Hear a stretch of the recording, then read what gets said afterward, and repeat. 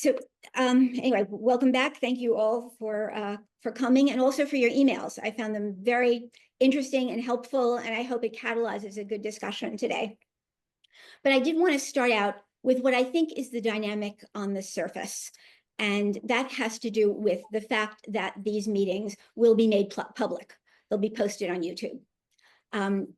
Several people came to the first two meetings, but left when they realized that it was going to be public and they felt uncomfortable about going further with it. And people ask me all the time, "You're doing what?" That's crazy. That's not analytic. So let me try to explain to you. I've said this in many arenas before, but to you and also to the people listening, a little bit more about why I think this is necessary. And I'd like to ask how you feel about it, because I do think it's the dynamic on the surface. The world runs on psychodynamics, but for some reason, our field has been incapable of making the leap to being useful in addressing issues like the toxic polarization in our country, the Israel-Palestine dynamic, just everything, it's everywhere.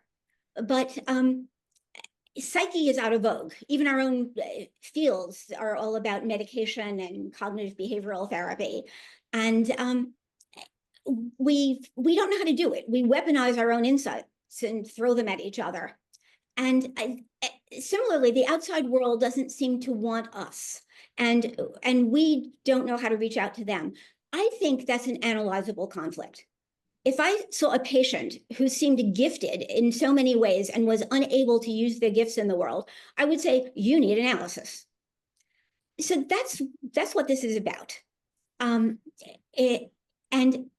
with that goal, I think it's essential that the outside world participate in this dialogue. Literally, as well as in our imaginations. So they're watching. I'm talking to them as much as I am talking to you. And so that's why I set it up this way. But I know there's got to be lots of feelings about it. It's weird. So I wanted to ask you what you thought.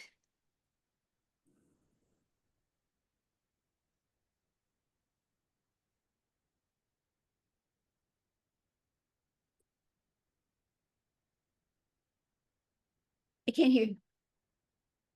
Oh, I'm sorry, it was muted. What do you mean that the world runs on psychodynamics?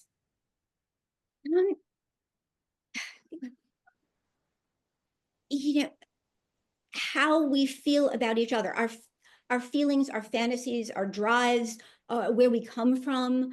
You know, take Israel-Palestine or you know, MAGA and liberals. It's like our identity. It's our skin. It's you know, how we came to believe what we believe comes from our genetics, our childhoods, our cultures, our traumas, our experiences, our unconscious fantasies. And we band together in communities and our fantasies become our reality. And we say, I'm right and you're wrong. And I think all of those issues tend to be either dismissed or, you know, framed as, oh, they're narcissistic or they're racist or they're anti-Semitic. And it takes a complex human being and turns it into, you know, some prejudiced, you know, one-liner. That's what I'm talking about. And that goes on all the time. And I think our field can be very useful in teasing all of that out and solving problems together. Mm-hmm. Well, thank you. Yeah, thanks for that explanation. I mean, for me, I would maybe simplify that to say that there is an under acknowledgement of the importance of the unconscious in how we behave. Certainly, yeah. And that's quite threatening and not accepted by everyone. And in some ways, that seems to be the thing that's difficult to reflect back to a culture, because we'd like to think we're much more in control than we actually are.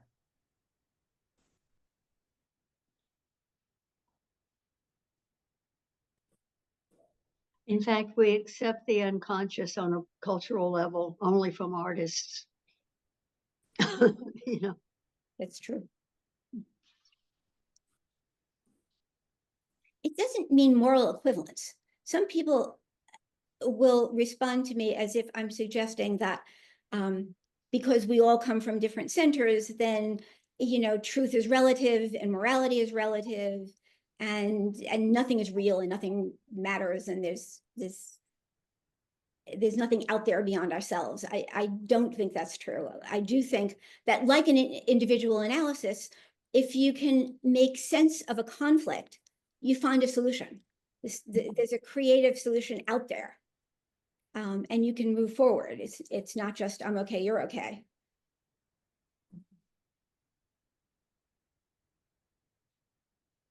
One thought I had was how by having this be public, we are going against a trend in our society right now of saying one thing in public and another thing in private.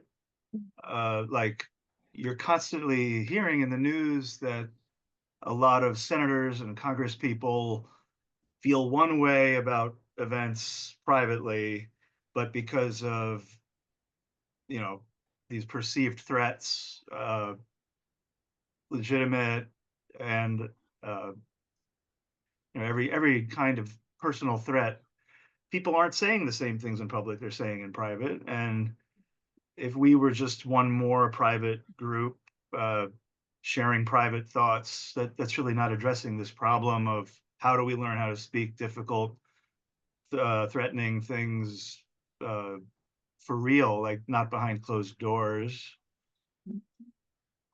And then so what you were saying, Alice, about this being a very kind of psychodynamics runs the world.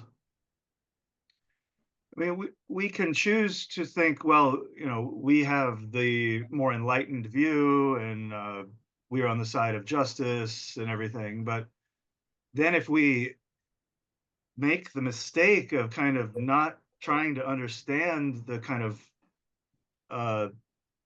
thought processes of half the population, then we're going to continually be surprised when our way of thinking isn't just I mean, we're just way off base in terms of how we understand a whole lot of the world, other countries, other cultures, other parts of our own culture, you know, our own country. And I just think that's been so apparent over the past decade in particular, much more so than it was 20, 30 years ago, I think.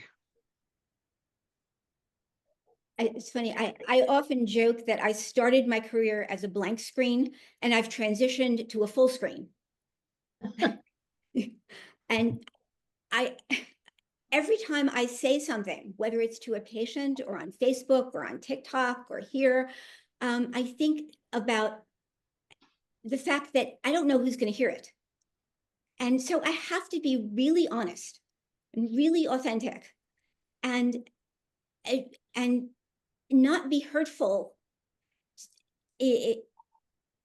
to people who might be listening. And it's like mental gymnastics. It's very hard, but I think it's a goal that we all should have, to be able to be true to ourselves in a way that other people can respond to. We don't have to hide. And that's not easy. And you're right, our field is all about privacy and confidentiality. Well, to the point that Cameron just made, and to your earlier point about psychodynamics, Alice, that I mean, it seems to me psychodynamics are culture bound, and that the unconscious is very much linked to the culture that someone has grown up in and their particular family. And I think to Cameron's point that we sort of don't understand half the country, or maybe more accurately, the coastal elites and, you know, and kind of the cities in between, you know, Austin is one of them, don't really understand what people in so-called flyover country think and feel, and why they make the decisions that they do, right? I mean, we've seen that following this most recent election, as sort of, how could this happen again? But there's a real misunderstanding of the psychodynamics of the unconscious, of kind of middle America, of people, and everywhere from Rust Belt to Appalachia to Florida even, and I just sort of find that interesting that we're all within one country, but some small percentage of kind of the more elite faction does not understand the common people. And in fact, this sort of liberal elite faction has more in common with, metropolises in other parts, like London or Paris, right? Like your average New Yorker is probably going to have more in common with the Parisian or the Londoner than they do with people of their own country. And that just seems like kind of a big problem that we're facing right now, because a country this divided, it can't stand. I don't know what the outcome will be down the road.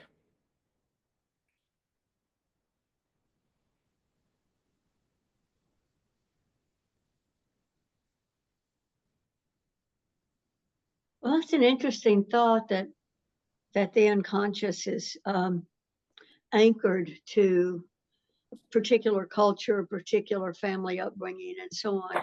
I hadn't been thinking of it that way at all. I was thinking that's one thing that we all share, is that in our instinctive being, we're more alike than we are different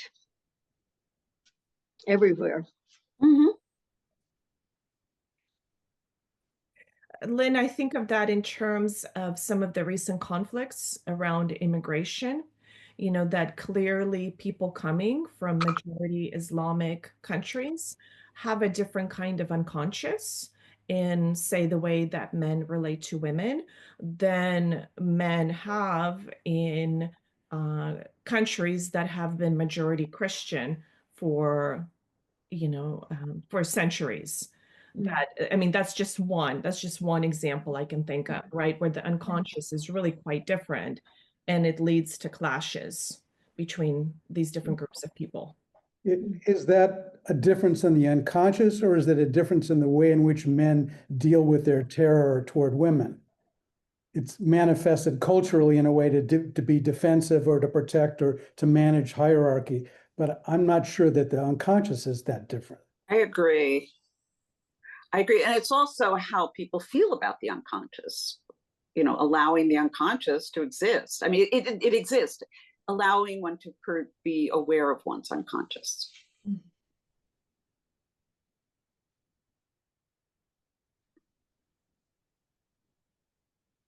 But I would just say that clearly that unconscious has been shaped by the culture, by the religion of the culture over centuries. And that, I don't know if I agree with that. okay.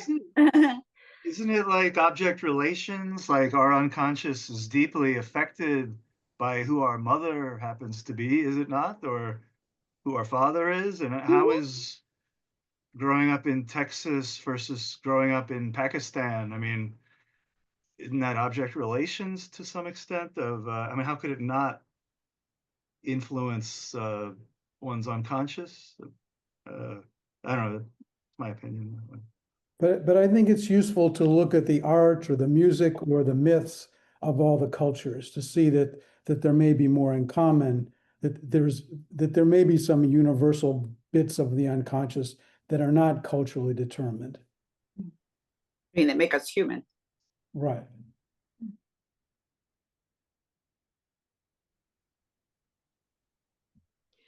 Getting back to Alice's question, how do we feel about the fact that these conversations will be public and posted online?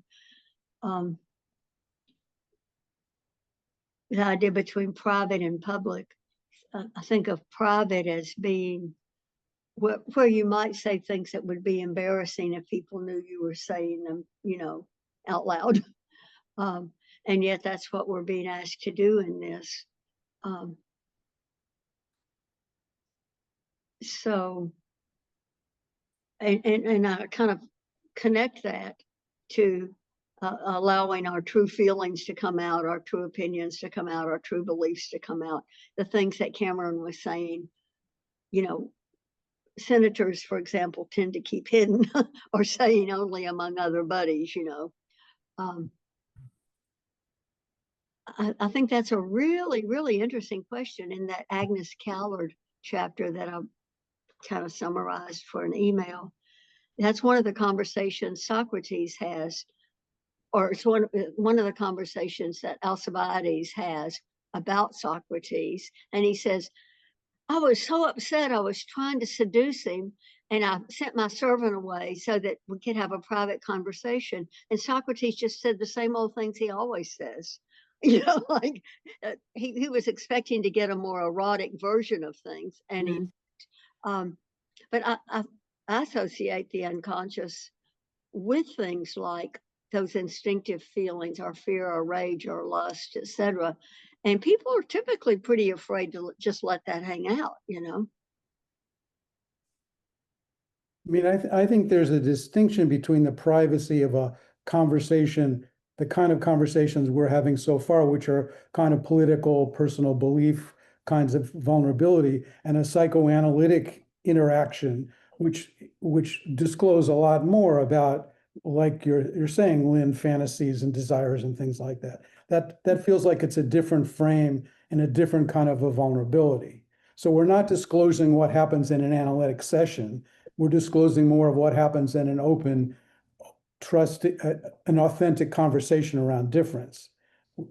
Seems different to, seems less risky in a different way, I guess. I was just thinking how, in addition to senators and Congress people, we also live in such a kind of avatarization of human identity. On, you know, so much of online commentary is anonymous comments on news websites, on Twitter, on, you know, social, everything. And even when we use our real names on things like the APSA listserv, we're not really us. Like, I mean, we are and we aren't, maybe, like, and we kind of are. We say things in online forums where we don't actually see the faces of the people who are going to hear what we say. And I think we speak differently. I mean, I think there's no doubt about that, the way people post on listservs, even when they use their real name, is, I don't know if it's an influence from the anonymity of so much else of our comments we make, but yeah, being public and seeing each other's faces and speaking about complex, difficult to talk about things, it does seem really valuable. I think it's essential. And I have noticed, and since our last meeting, there has been much more coming on, like Substack, about people trying to find dialogue. I don't know if you've been aware. I guess somebody passed around the Glenn Lowry video, and you know, that's what he is trying to do. He's really trying to understand, and others like him, in terms of getting people with different viewpoints who really are interested in learning what the truth is, or what I don't know the truth, but dealing with a very, very unsettled time with not many clear answers. You know, we're in trouble. We're really in trouble right now. And when you're in trouble, it would help to come together, but it's pulling everybody so far apart.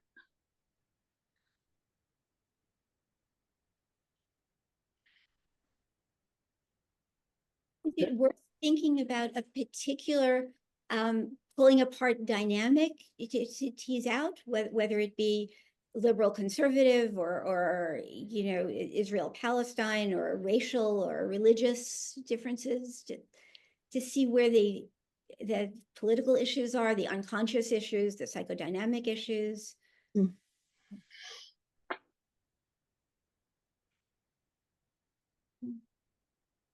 Well, I know that the Glenn, I've been watching the Glenn Lowry podcast for years, Mhm. and especially when he's with John McWhorter every 2 weeks, Mhm. and then he talks to somebody else on the odd weeks. Mhm. And there's such a model for this because Lowry is a very kind of open-minded thinker, but he's also quite conservative. But he'll listen, and they both do this. Like McWhorter is really a liberal, Mhm. and but they're able to find all this common ground. And then sometimes Lowry will really defend something that Trump is in favor of that I really think is wrong. And I know I can tell McWhorter thinks it's wrong. It's sort of like, how can you defend that, Glenn Lowry? Like, I thought you were a reasonable, thoughtful, open-minded person, and you're defending such and such. And sometimes I wonder, like, well, why do I watch this? I don't want to watch someone who believes that. And then I think maybe McWhorter would even wonder, do I really want to talk to this person who defends, getting rid of US aid or, whatever it is? But they keep coming back, like, regardless of the disagreement, they keep talking. They have profound disagreements, but they truly seem to respect one another and listen to each other. I was really struck on that video of the affect of McWhorter at a certain point, a kind of sense of loneliness Mhm. that he couldn't subscribe to the concept of God or something, and that there was a kind of sadness in him that was really notable, and that is it's kind of like that's something that an analytic understanding of the conversation below the surface, like what's going on in terms of the interpersonal dynamics, and I was really struck by that. How lonely one is when you don't find your people. Right. Mhm. I can relate to that as a kind of liberal, but somewhat middle of the road, 40-something-year-old person being with candidates who were much younger and kind of grew up in a different political world of what it means to be a liberal, progressive, professional person, and just sort of being in on conversations where it's like I feel like everyone has a certain perspective on power dynamics or colonialism, or there's certain things you just don't wonder about or ask questions about, and it's assumed that we're all totally. And I'm just like, I feel very lonely Mhm. among those candidates. Of like, I don't even know if I can say how I actually feel, because I don't want to be like everyone to look at me and be like, what you think, what, like, you're not totally on board with all of us, like, what's wrong with you? And it's a very lonely feeling. Like Michelle described feeling when she mentioned to her institute board members where she was coming from. Mhm. Yeah. And they're lovely people, they're very nice people, I think they really mean well. Mhm. There's this problem. I think it's a pervasive issue that we're all alone in a certain sense, and it helps to find our people. And I think we're too willing to compromise parts of ourselves to feel like we belong. Mhm. And part of what I think this is about is for us to define who we are as individuals and still be a group that's bonded, but Mhm. to be able to tolerate the fact that we're all coming from different centers. Mhm. Well, I'm really resonating with what you, Jack and Cameron, are saying about loneliness. I mean, I think we very much do live in an age of loneliness, exacerbated by technology. There's also there's been this uprooting of people from their place, especially in the US. Anywhere you go, it looks the same. You can find a Starbucks, you can go into a big box store. and buy the same item, made overseas that you could have bought in any other, state in the nation. So there's this push towards globalization and homogenization, and I think that's reflected in thought too, right? The homogenization of you must all think the same way. And yet I think that ultimately conflicts with the human impulse to be tribal. I mean, I think no matter how quote unquote sophisticated we get or how much technology we have, we're really fundamentally tribal. And I think that's what we're seeing where, in the face of this homogenization and globalization, people are defining themselves by these categories as anti-colonial or pro-Palestine, which means anti-Israel or anti-Zionist, right? And then the people are also defining themselves by diagnoses, the sort of ADHD cohort, the autism, kind of everything that we're seeing around autism and people identifying into that category. I think that's the attempt to sort of carve out a sense of people, place, and prayer in a highly globalized world.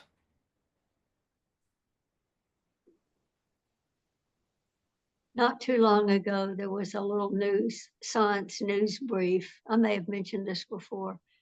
Some group had totally mapped the brain of a fruit fly. And it was so complicated. And it was a fruit fly, Right. I think us, geez, no wonder we're trying to find some way to make sense of things, to sum it up to Yeah. whatever.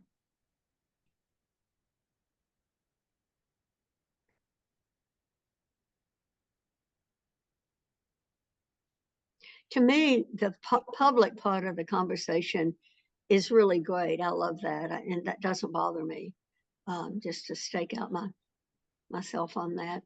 Mhm. And I think it also has to do in where we are in life. If you're older, you're not establishing yourself in your field also. So I think it is easier to be in a public conversation like this than, when you're a candidate even, so. Mhm. So I applaud the two candidates on here Mhm. for your bravery. Thank you, Michelle. Thank you.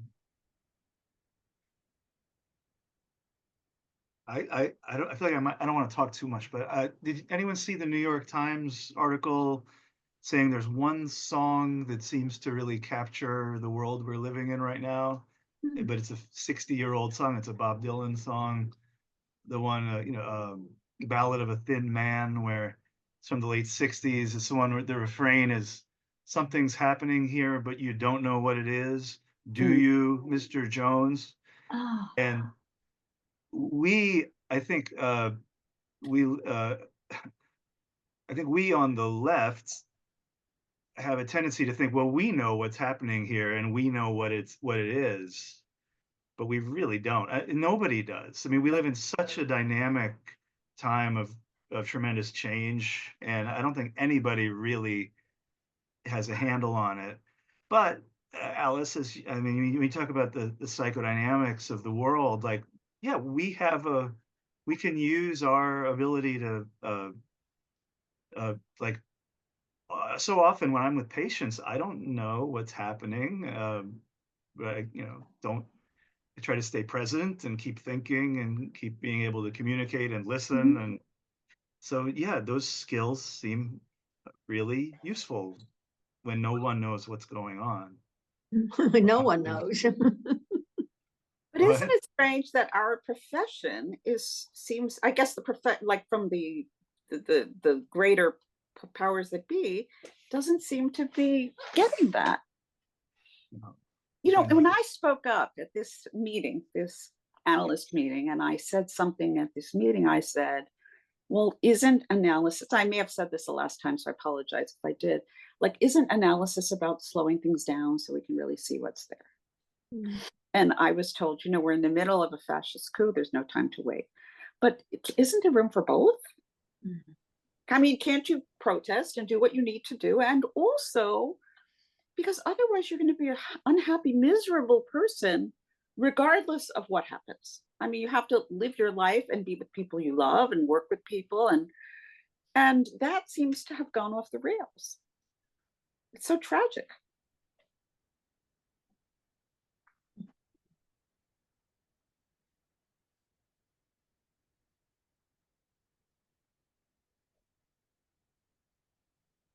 Well, I think to that point, Michelle, it seems like psychoanalysis, like much of the therapy field, has become about activism rather than slowing down and thinking, as you're suggesting, and evaluating the Mhm. evidence and, really looking at what's going on.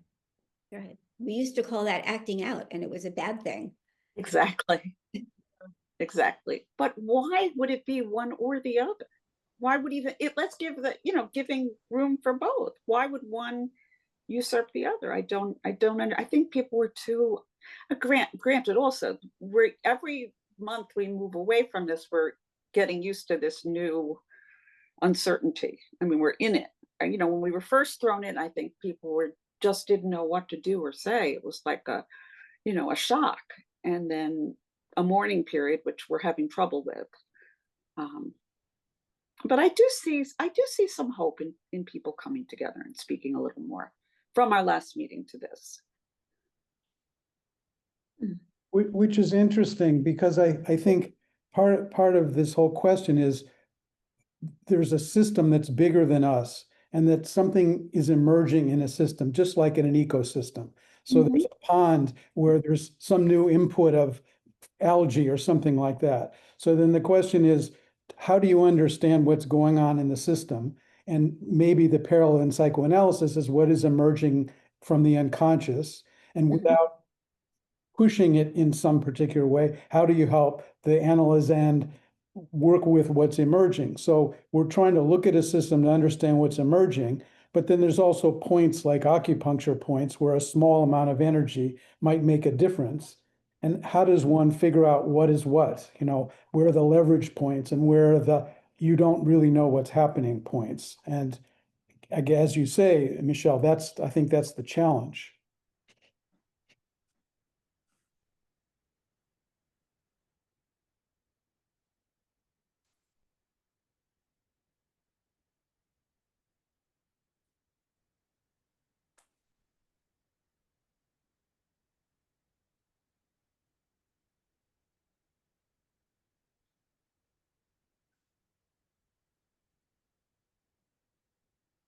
I think we don't know how to address difference. We're so used to thinking about things from a, what's wrong with you perspective, that, coming up against someone who might have a different political belief or a different religious belief is jarring. It's threatening in some kind of way, because we don't know how to reach across that divide without thinking, what's wrong with me or with that other person. And that's not the way to win friends and influence people. A lot of people have taken the elections personally. That's a big problem. Say more about what you mean by But you have like a divided family, as I do. You have to, balance all of that and people feel that a vote is something, against another person.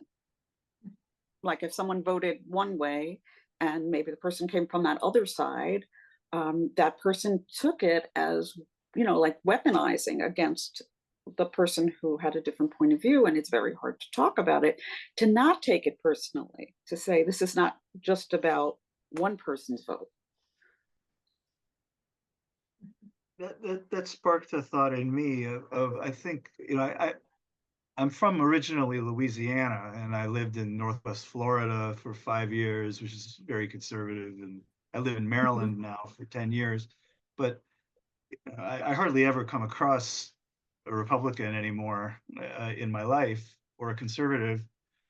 But I mean, I know those of us who voted against Trump, I think we spend a lot of our life thinking, how could they do this to us? How, Yeah. what did we do to those other people to make them want to do this to us? Like, but I think what we don't think is that those people who voted for Trump also are constantly, I think, I'm not sure about this, but I think they spend a lot of time thinking, why are those people doing that to us?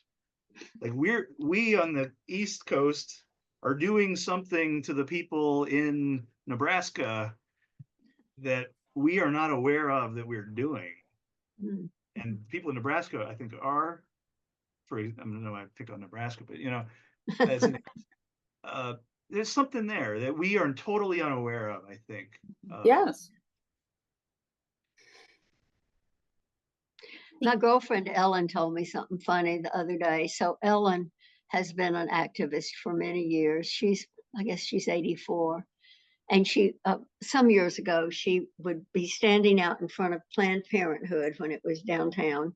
And she and a whole row of people, and, they would be there day in, day out. And facing them would be this other group of people who were very much against the folks who were coming into the Planned Parenthood, assuming they were all coming for abortions. And they would be lined up on facing.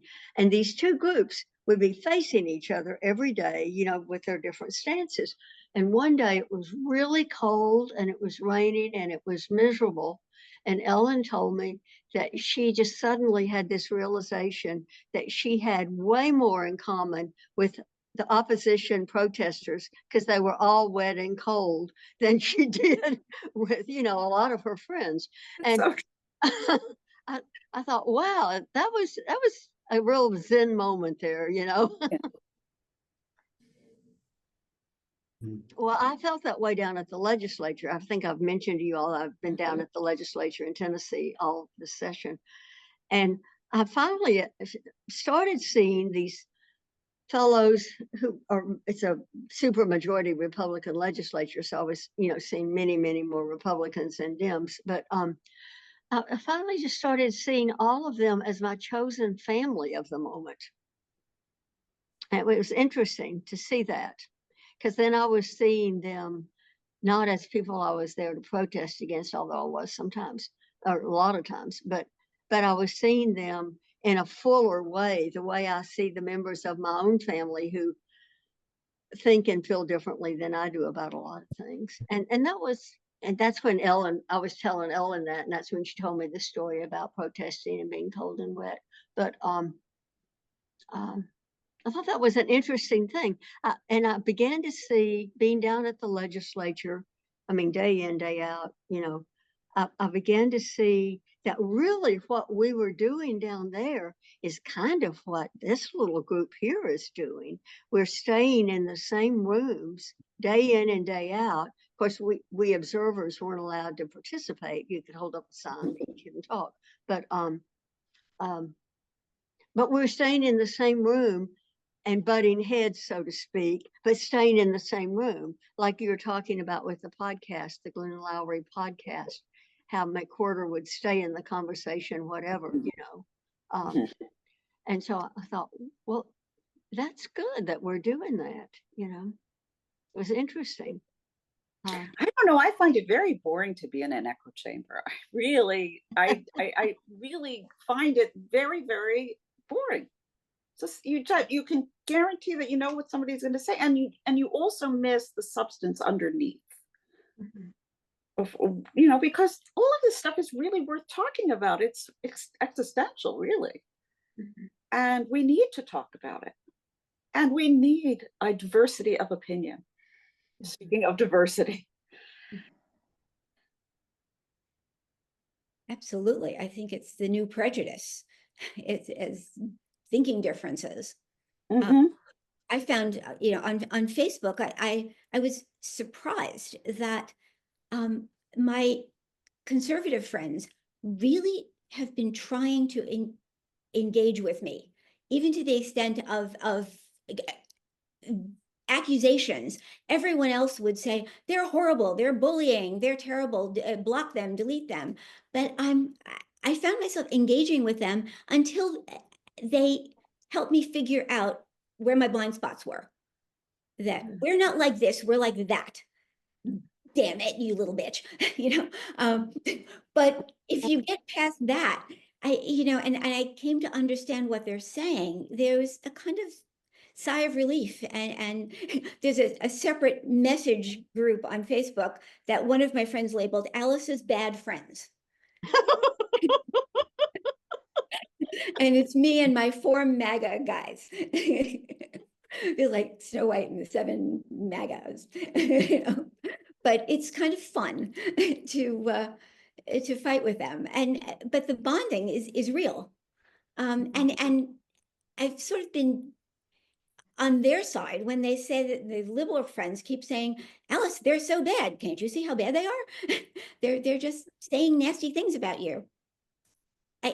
And so I feel like, I don't know, I just want to break up that impasse where they're blind to each other and not hearing. That's a hard one. I mean, they are hard on you, Alice. Yeah. They are really hard on you. It's ridiculous. I mean, it's not about a side. It's by being able to understand more. And isn't that why we went into this field? So to me, it just, I mean, I feel the field needs to change also with what something's going to happen, because right now it's in trouble. People don't trust us. The outside world does not trust what we do. And so we need to, I don't know, the idea of when something is bothering you, about looking within and trying to understand what's going on. What am I feeling? What's hitting me? What's this about? That need for introspection is so important. It's everything that we were trained to do, and we have a problem in this area.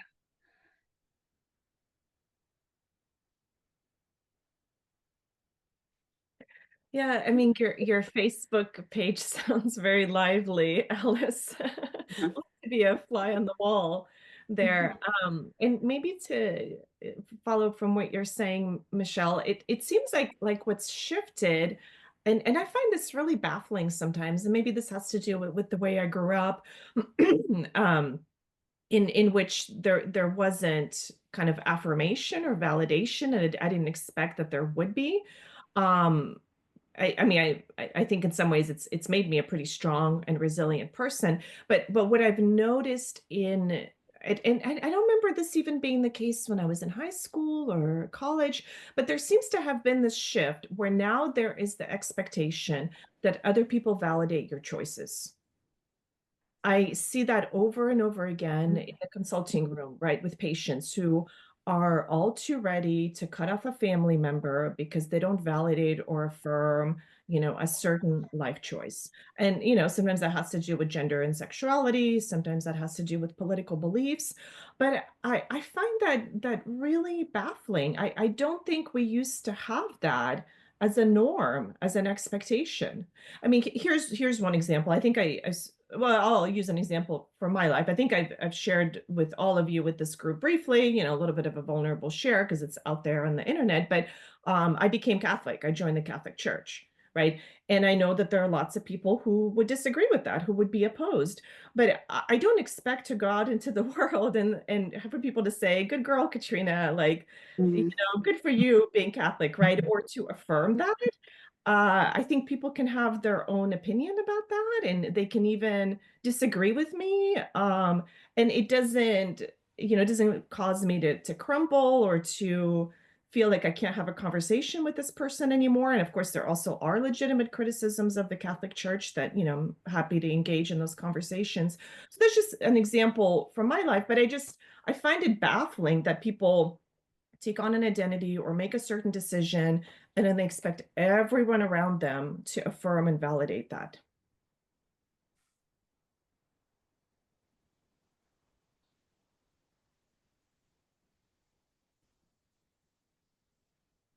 How do you think it's different from how it would have been 20 years ago, maybe? I mean, how has it changed? I mean, were people not like that in the 90s or something? I don't remember that being the case in the 90s.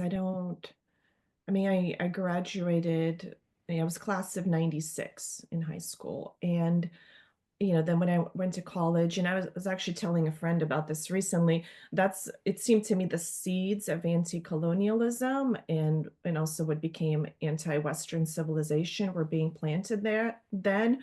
Like I remember, art history classes and kind of the subtle or not so subtle denigration of the Western canon and Western civilization and a sort of the beginnings of fetishization of say indigenous art, which of course deserves to be studied, but I don't know that it's any better or I don't know that it should be elevated among or above say Western, but I just don't remember that. I think that there was and I grew up in Seattle, sort of the grunge era, right?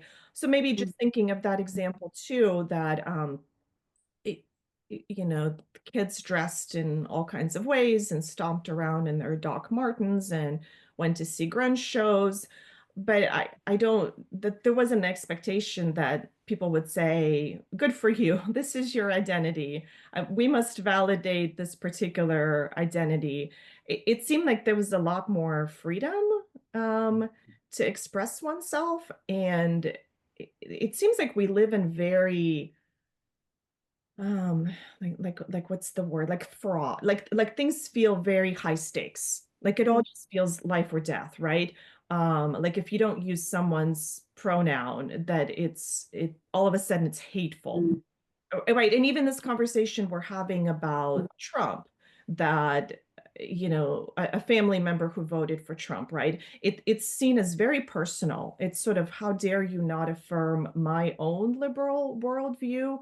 It's seen as a threat, or I think back to the diagnoses, right? I mean, patients seem very, I don't know if you all have experienced this, but they seem very attached to, say, ADHD, right? They're coming in, they're talking about ADHD, and say, well, let's look at that, let's explore that, let's think more about that. But they just seem very, like they've landed on this diagnosis, they seem very attached to it, they seem very attached to their medication. They can't imagine living life without, say, Adderall or Vyvanse. I mean, I'm skeptical that anybody needs that to just to get through the day. But anyway, people just seem very like they found their niche, they found their bubble, and you have to affirm and validate. That's the feeling that kind of continues to stay with me about that. Well, I learned not like if someone's like polyamorous Yeah. to kind of, and they're miserable, maybe like maybe they're like having multiple relationships and none of them are satisfying and they're overwhelmed and Right. being Yeah. and I'm not just talking about one person. It's a pattern I've noticed. I say that because this is public and I'm thinking, oh my God, like what if one person saw this and thought I was talking about them? But then to even question anything about their decision to have that lifestyle might be like, that's very shaming of you to ask me that, or Problem. Yeah. how dare you question my You can't talk about it. It cuts off exploration. This is really interesting, and I'm not sure if I know the answer to this, but is there, because of the confidentiality of the patient-client relationship, is there any sort of examination in the field about what kinds of things are showing up in the consulting room? So, Katrina, what you're talking about, and Cameron, there's a particular, you're noticing something, a trend that's happening in the unconscious personal kind of communication, and what is that telling us about the culture? That might be something useful to share in terms of, I mean, we're noticing a lot on the visible world about what's happening in terms of social media, but what are the diagnostic things or the pathologies or the things that are showing up in the private consulting rooms that might be like the canary in the coal mine to what's happening systemically? Wow, that's interesting. I think that's important. Because I know after the election, you hear you hear anecdotal things about how people troubled on one side or the other, but not a lot of the granular detail about what exactly is showing up in terms of paranoia or fear or isolation, or what are the symptoms that are showing up as a field that might be interesting to sort of to light. Well, I think Cameron's example of polyamory is a great example. I've seen that too, right? That sort of how dare you question that lifestyle, and it just must be affirmed. I think as a whole, probably the concept that most resonated with me was Mary Harrington's idea of the institutional mother, that people are sort of seeking the institutional mother in others and in the state. And it's the mother who affirms, who doesn't question, who doesn't challenge. And what, Katrina, what you've said, and Jack, what you were talking about, I mean, I was reminded of Katrina, your idea that we've lost God, or we need religion. We have these false gods. I mean, polyamory could be so many of the identities are sort of religions, or the new 10 Commandments or something. And Jack, what Jack was talking about, like people coming in with complaints, and the canary in the coal mine, that these sort of identity religions that are everywhere aren't that satisfying. Like people aren't really getting whatever it is they're looking for by belonging to different groups, identity groups. Well, I think a lot of these identity groups came to life because of the collapse of organized religion. And I think when you don't have religion, something has to fill that void. And it acts like a religion. Speaking of John McWhorter, he wrote a wonderful book called Woke Racism. It's just so good. I mean, he says you cannot reason with these people because it's their religion. And so that is a big problem, that makes it really hard for people to talk to one another.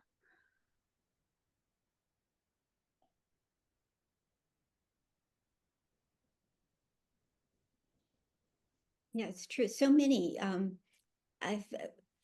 political, analytic, philosophical models have a religious-like quality.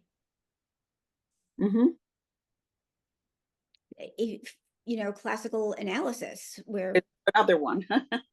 it had that conservative, split, all along. Now we've got the conservative, the orthodox, the reform psychoanalysts. I witnessed that split between the ones who held on tightly to the classical beliefs and wouldn't budge, and the ones who dared to think relationally. And it very much felt like a religious conflict. It's interesting. It used to be conflicts were about theoretical things in psychoanalysis. Do we hear any of that now? What are we conflicted about? All of these other things. Right. Yeah. I often ask, where did theory go? Yeah. It's not there. Well, you could argue that kind of turning to the political has elements of theory, but we all have to agree on what the theory is and just subscribe to all of it all the time. And there's really not much discussion about it other than get on the train. It's so anti-analytic. It's so forced. It's the opposite of an analytic process. And I don't get it. I mean, I don't know about people in other institutes, but we haven't really talked about the election as an institute. We used to have COVID, we'd have these meetings all the time. Nobody's really talking. That's concerning. Do you think they're afraid to talk, Michelle? Well, they're afraid that there are people who don't subscribe to the party line. Mhm. And they're not, so I think they're quite afraid.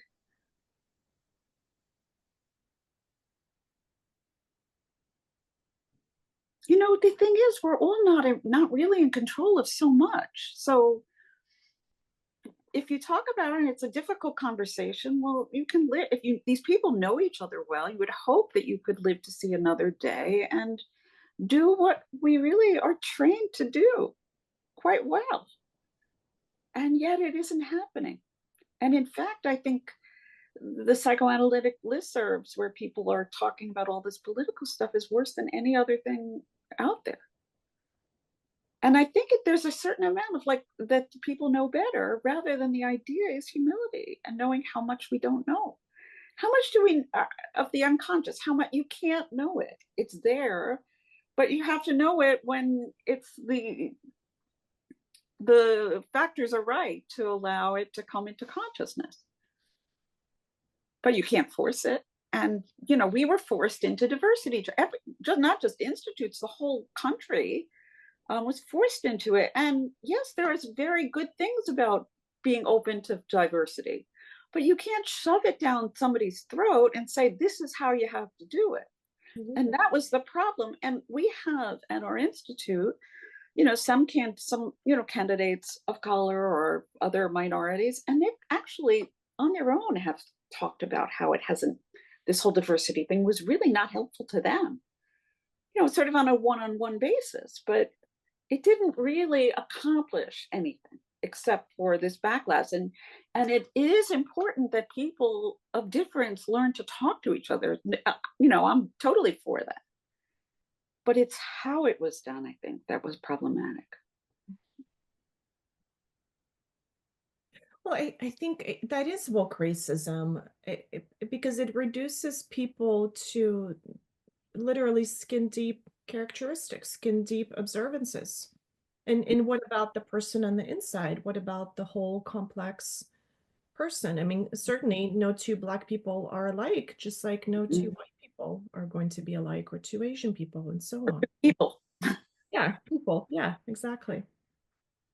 Yeah, and I've seen this too, where it's a focus on literally the skin deep characteristic without regard for the history and the socioeconomic factors. I mean, you know, you might have a Black person who grew up in a, you know, quite a well-to-do family and likely has had more advantages than someone, a poor rural white in Appalachia that's been, you know, ravaged by fentanyl. There's so much more there. But given that we can agree that it was not done it was done in a very problematic way, can we also agree that the reaction to it of erasing every difference or denying that diversity is useful is also problematic? Yep. Very much so. And it seems what's so frightening is it's just going to go back and forth depending on what administration we have. And that is really retarding progress. It's just like a bipolar social dynamic. It's a terrible tragedy when you read about the military getting rid of Maya Angelou and you know, her book in the library, and like they're taking out the Tuskegee Airmen or something. Yeah. I mean, it's just horrendous, and it's clownish, and it's devilish. It's really terrible. So much of what's happening, and yet, I mean, okay, completely. And yet, it's almost like those of us who the last thing we wanted was that like those of us who really want diversity. Some of us could see this coming. Like it, it, it's not that surprising. And our goal shouldn't be to totally win in every way imaginable every time we're in power. Our goal should be like reaching the psyches of the people on the other side. I think that would be like what Martin Luther King Sure. about would be not just like taking advantage of when you get all the power and go as far as you can, but really lasting, profound change. And how do you do that? It's not so simple as DEI training, which now Yeah. is IBA. They've added 2 more letters to it. Oh, really? What is it called? DEBA. What is the BA? When I went to APSA, I attended the candidate meeting where I learned it's no longer DEI, it's DEBA. I don't know what the B and the A are.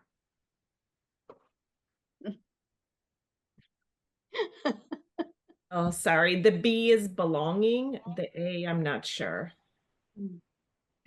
Makes a big But let's difference. see, equity, inclusion, belonging, and I guess an A. Acceptance, maybe. Yeah. I'm making that up, but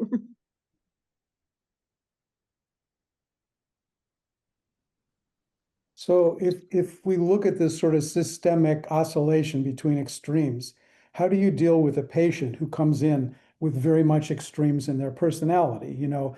And cognitive behavioral therapy might give them some workbook to work on and they could sort of suppress the symptoms, but they may not have worked through. So how does one look at a systemic level around this dynamic based on how one deals with it in the analytic process? I mean, I think that's how the whatever analysis understands about the psyche might be useful. I don't know the answer to that question, but it seems relevant. We desperately need a center. Yeah, other countries in the world are never going to be able to work with us again because we can't figure out who we are, and That's a we, big issue. Yeah. we can't rely on anything like as citizens. But again, how do you work with a patient who lives in extremes like that? I mean, that's the model. Whatever we understand, and certainly slowing down and taking the time to examine what the oscillation is about is something that seems not to be effective in the world because everything is instantaneous. Yeah. True. To In the me- old days, it was easier because those concrete solutions, immediate solutions, were less available. Yes. You didn't have the instant medications and the treatments that could address something in the present moment. And now you do. So it's hard to convince people to take the time to really get to know what this means to them in the full complexity of their history and their time and their future, when they can go to the doctor next door and get it. Which I think is a way of saying, Alice, that we've forgotten how to suffer, how to make sense of our suffering, which we all have, which every human has in the course of life. Right. People have trouble being bored. Mm-hmm.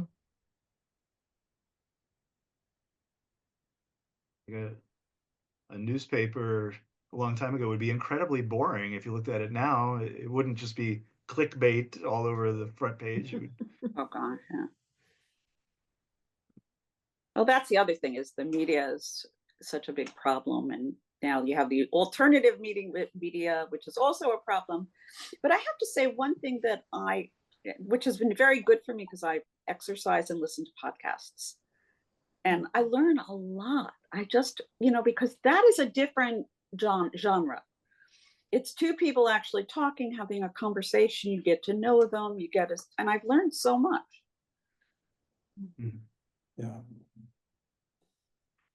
I'd love to find a way to just address APSA about this, to sort of confront them with the need to allow differences of beliefs and opinions and histories and desires, and just tolerate it better than we do.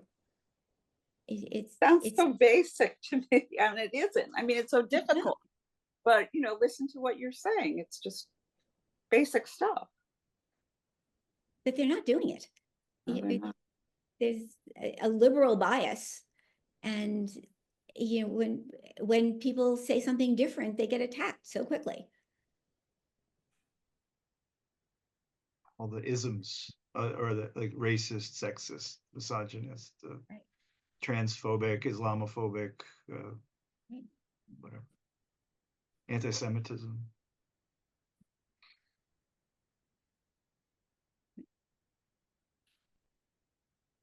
So that 4-person podcast, the Glenn Lowry program, and I think several people did watch it. I did. Yeah. Yeah. Just to sort of boil down what they were talking about, I think Cornel West was being told by Robert, what was his last name? So one I don't remember. Yeah, anyway, he was being told by him, and apparently Cornell and this Robert guy were wrote a book together, and the book had this theme, as they were saying in the podcast. But Robert was saying to Cornell, "You're someone who comes at the world from a faith perspective," and he was saying about himself. Robert was saying, "I come at it from a reason perspective," and that was sort of part of the theme of at least a part of their conversation.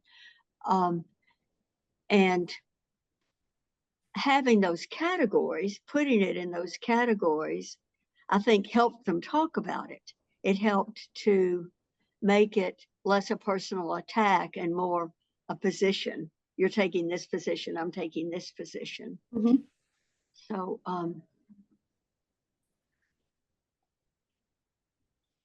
I think several of us who did watch it thought that was an interesting and a successful conversation, because people were able to talk and make sense with each other and remain respectful of others' positions and so on. But I think one thing that helped them to do that was that they had this shared world of categories that they could refer to that helped to, didn't depersonalize it, but it kept it from being just like, I want to hit you because you think this way, That's kind of how it is. Huh? That is kind of how it is in the world. Mm-hmm. I mean, I'm saying this was an example of it not being that way, but that's, people get very, very offended. If it's an offense, if you have a different, and how can you be honest to yourself? If you come to a certain understanding of things, and I would say that I'm an independent, I have different views on different things. I can't be boxed into any of these things very easily. Mm-hmm. And I think that it's a healthy way to be. Because they're different. With Glenn Lowry, I agree with him on some things. I don't agree with him on other things.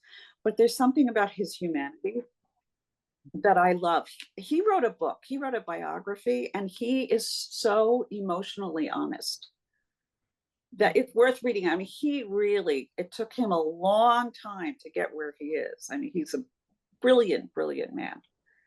But he had addiction, he cheated on there's a lot of infidelities. He went through a lot, this guy. I don't think he's afraid to talk about how he feels in a very honest way.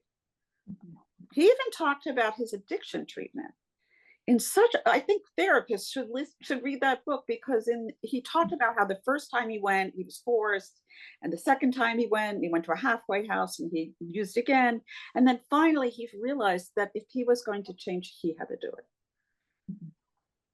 And it was just there's a process in it.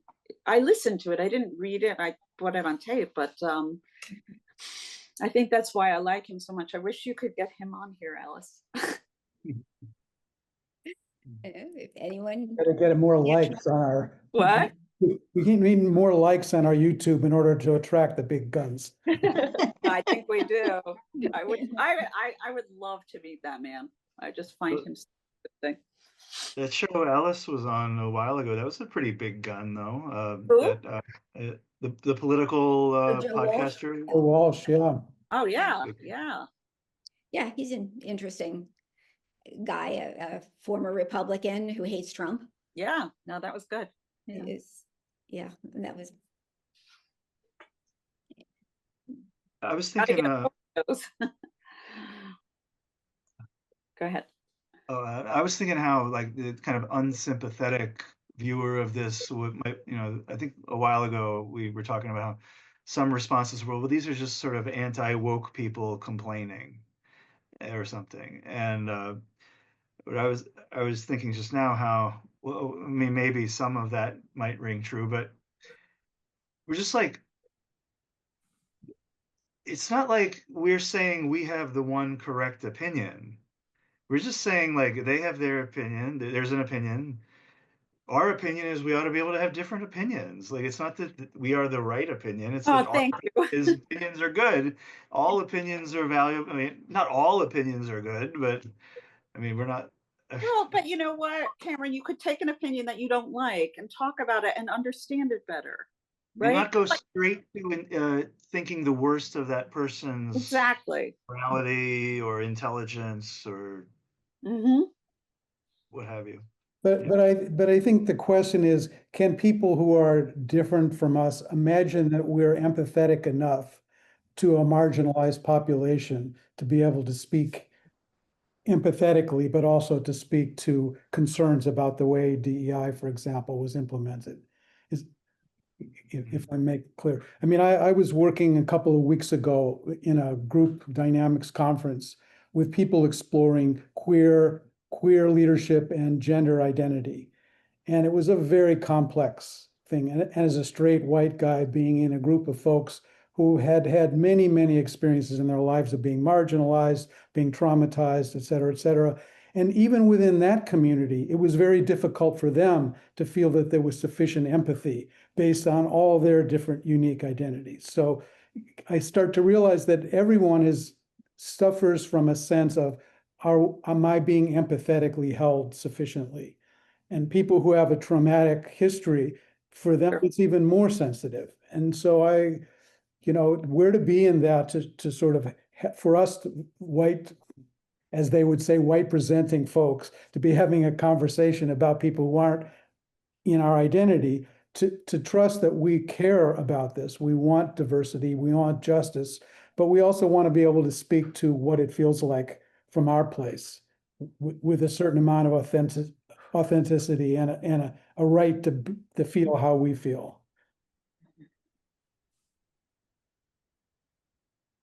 I think that's what it really comes down to.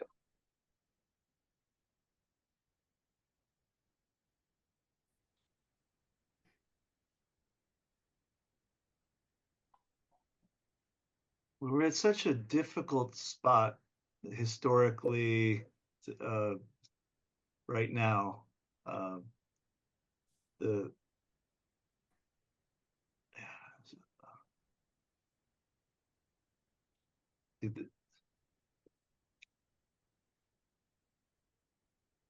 the risks are very, very high for speaking one's mind and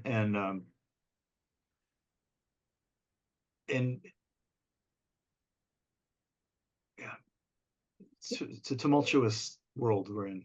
But the risks are also high for not speaking one's mind. Yes. I know I've had questions about the Holmes Commission for a long time. I've never been willing to say anything about it because it always felt like I was going to be hurting people. Hmm.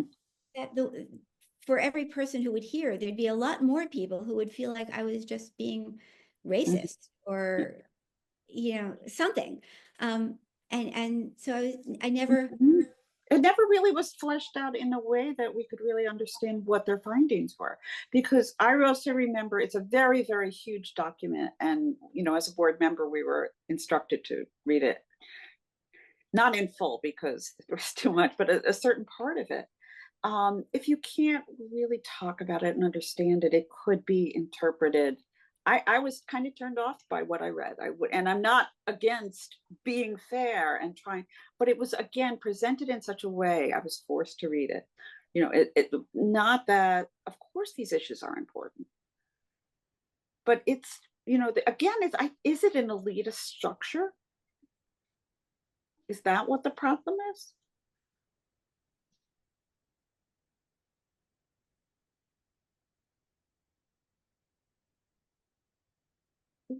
It feels like, our field originally was very insular and very prejudiced against people that didn't have the ego strengths to be analyzable. And it literally felt like, we would go for 3 interviews with 3 different people and, reveal everything, including our sexual fantasies. And then you get a letter in the mail saying, sorry, no, you're not worthy. Mhm. And that, after a while, I think transitioned to a point where we're now trying to be open to everyone, Yeah. but in a way that loses the analytic essence. Sure, if you're queer, if you're Black, if you're gay, if you're a woman, if you're whatever your sexual Mhm. fantasies, come on in. But then we don't know what to do Exactly. with that melting pot. But that's not necessarily a bad thing, but it involves significant changes. And the question of, are those changes, how does one evaluate the change that comes out of diversity around any kind of, including age? I mean, Karina and Cameron, you're younger, so what do you bring? How much resistance is there to what you bring in based on your own experience? Are older people willing to stand aside and let go of some of their construct of how things are supposed to happen?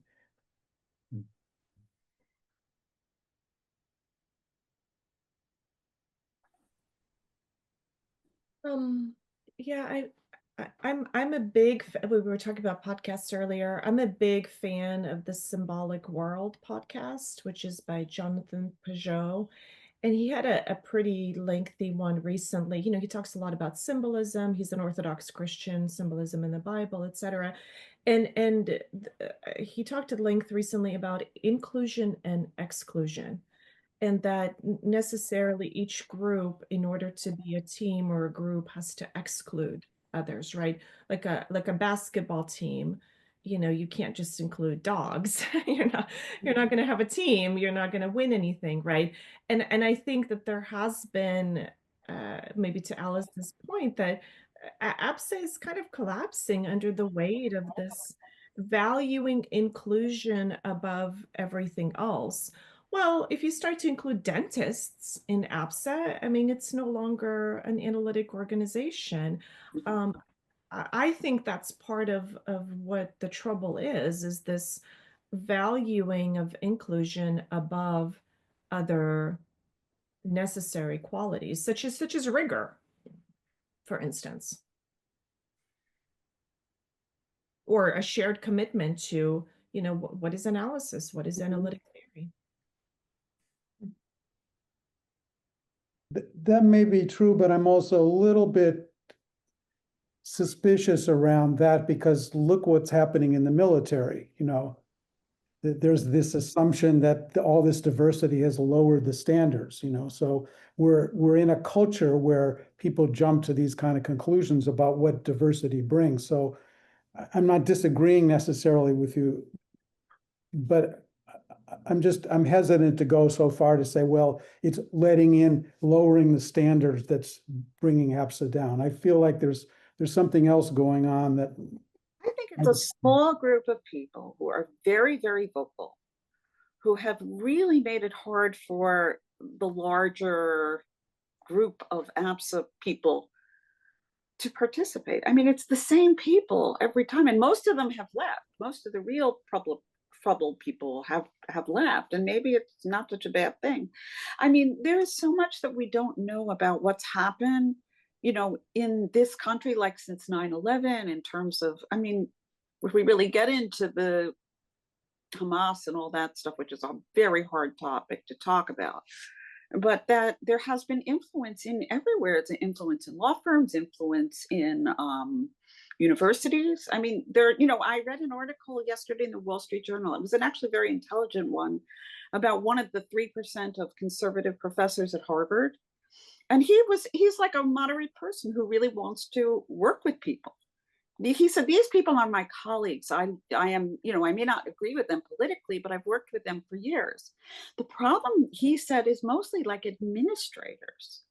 And there has been a lot of money coming in from countries like Qatar and things like that. We don't know half of what's been going on, but I do believe that education has been weaponized for a whole generation, and we're dealing with the effects of that now. I couldn't agree more, Michelle. Education has been weaponized, and particularly, maybe this is back to like the polarities of extremes, right? But I think a certain anti-white, anti-male rhetoric has drawn young men. I mean, it's had the opposite effect. It's radicalized them into more extreme views, into the kinds of views that we don't want to see. But if if they go to school and they're told being male and being white is like the most horrible thing, of course they're going to choose an influencer who's going to say, no, you're great, and in fact, here's how the white race is superior, or something like that. Which is so dangerous. That's such a dangerous place to put millions of young white men. Also just that the U.S. is a uniquely terrible country. It's a uniquely racist country. We have nothing to be proud of. All the founders were they were nothing but slave owners. Right.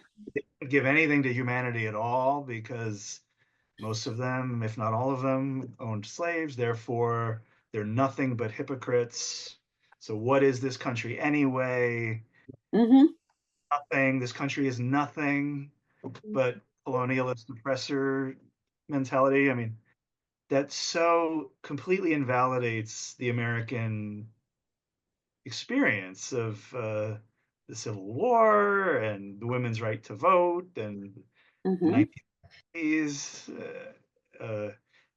As recently as George W. Bush, the Republican, compassionate conservatism was a concept. And I mean, I thought Leave No Child Left Behind, as much as I didn't agree with it, at least it was an attempt to come up with some way of leveling the playing field.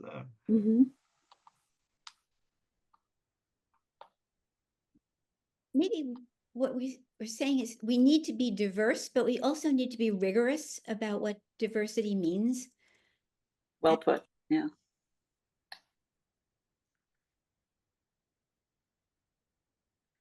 Is there anything in the last 5 minutes that we can take away from this for ourselves and for APSA or for the outside world? Do we have something to say yet? Well, I'm making a connection. This is a little off topic to what you said, Cameron, about like, what is the role of denial in the individual psyche? So if the country is totally in denial about its history, that's problematic. But if the country has no denial in terms of the shadow side of what it's done, it can't operate. And so again, there's another polarity in terms of what is the role of denial in a healthy system. And the role of defenses. Right. Yes. Yeah. Like Native Americans too. Yeah. We killed human beings are messy entities. So yeah, this is messy. But I'm very grateful to be part of this group. I just wanted to say that we need this, not just the people here, but I feel the country. If you think about the patient is the country, and the country is very, very disturbed right now. I'm really grateful for this group too. I think where this conversation has led me today, and maybe particularly kind of picking up off of Cameron's latest points, is that there's a real suicidal, self-destructive energy in the country. It starts, well, we'll take down the statue of Robert E. Lee, and then next thing you know, it's Thomas Jefferson. It's this kind of destruction from within, and I think that's very concerning. I think that's what needs to be addressed. I've been listening to a lot of country music lately, and maybe we could all agree on Willie Nelson. Is that one thing everybody could get behind? Lots of people love Willie around here. And in Nashville. He's still performing. Yeah. Wow. Somebody send me a Zoom of a picture of a conference. They were just, I mean, a concert. Yeah, I can't resist telling you this story. We started out talking about the unconscious and whether the unconscious is different in different people. This all started, I wrote a paper back in 1992 after analyzing a weird piece of a dynamic. I'll spare you the details, but it was a pre-verbal experience. My mother was hospitalized for acute pancreatitis when I was 6 months old, and I was left in the care of her mother and her 3 sisters. So it's like mother dissolved into these 4 women who were close, but no cigar. And then she came back. And that was right around the time language formed. So for me, mother is sort of divisible into mother in quotation marks. And when I look at you, I can't stop thinking about that. And did I recreate that maternal, a bunch of weird people who were sort of like mother, but not quite, but I'll take it. And I can associate to Phyllis Greenacre's artist love affair with the world and creativity, which is my thing. But I think my unconscious is shaped in a weird way because of the fact that mother is divisible into mother and also mothering and it's sexuality is different. Things are different because of that. And I feel like I just recreated that dynamic. So thanks. We probably have our own version of Yeah, what I think we all have our own versions of that, the way our unconscious is shaped Sure. in a way that's analytically understandable, but totally unique. Well, and what this group represents from our own sort of history, psyches as well. Yeah. Okay, shall we just continue in email? Yeah, sounds good. I think so. Great, thank you. Thanks. So now is Tarpley then going to watch the videos afterwards? Is that her role then? She'll not be present live, but just watch later.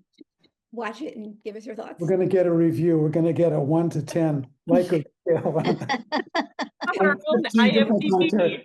whether we would be admitted to analytic training. Performance. Or our own Rotten Tomatoes or IMDb.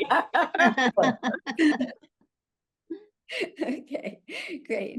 Thank you. Yeah. Thank you. Thanks, everyone.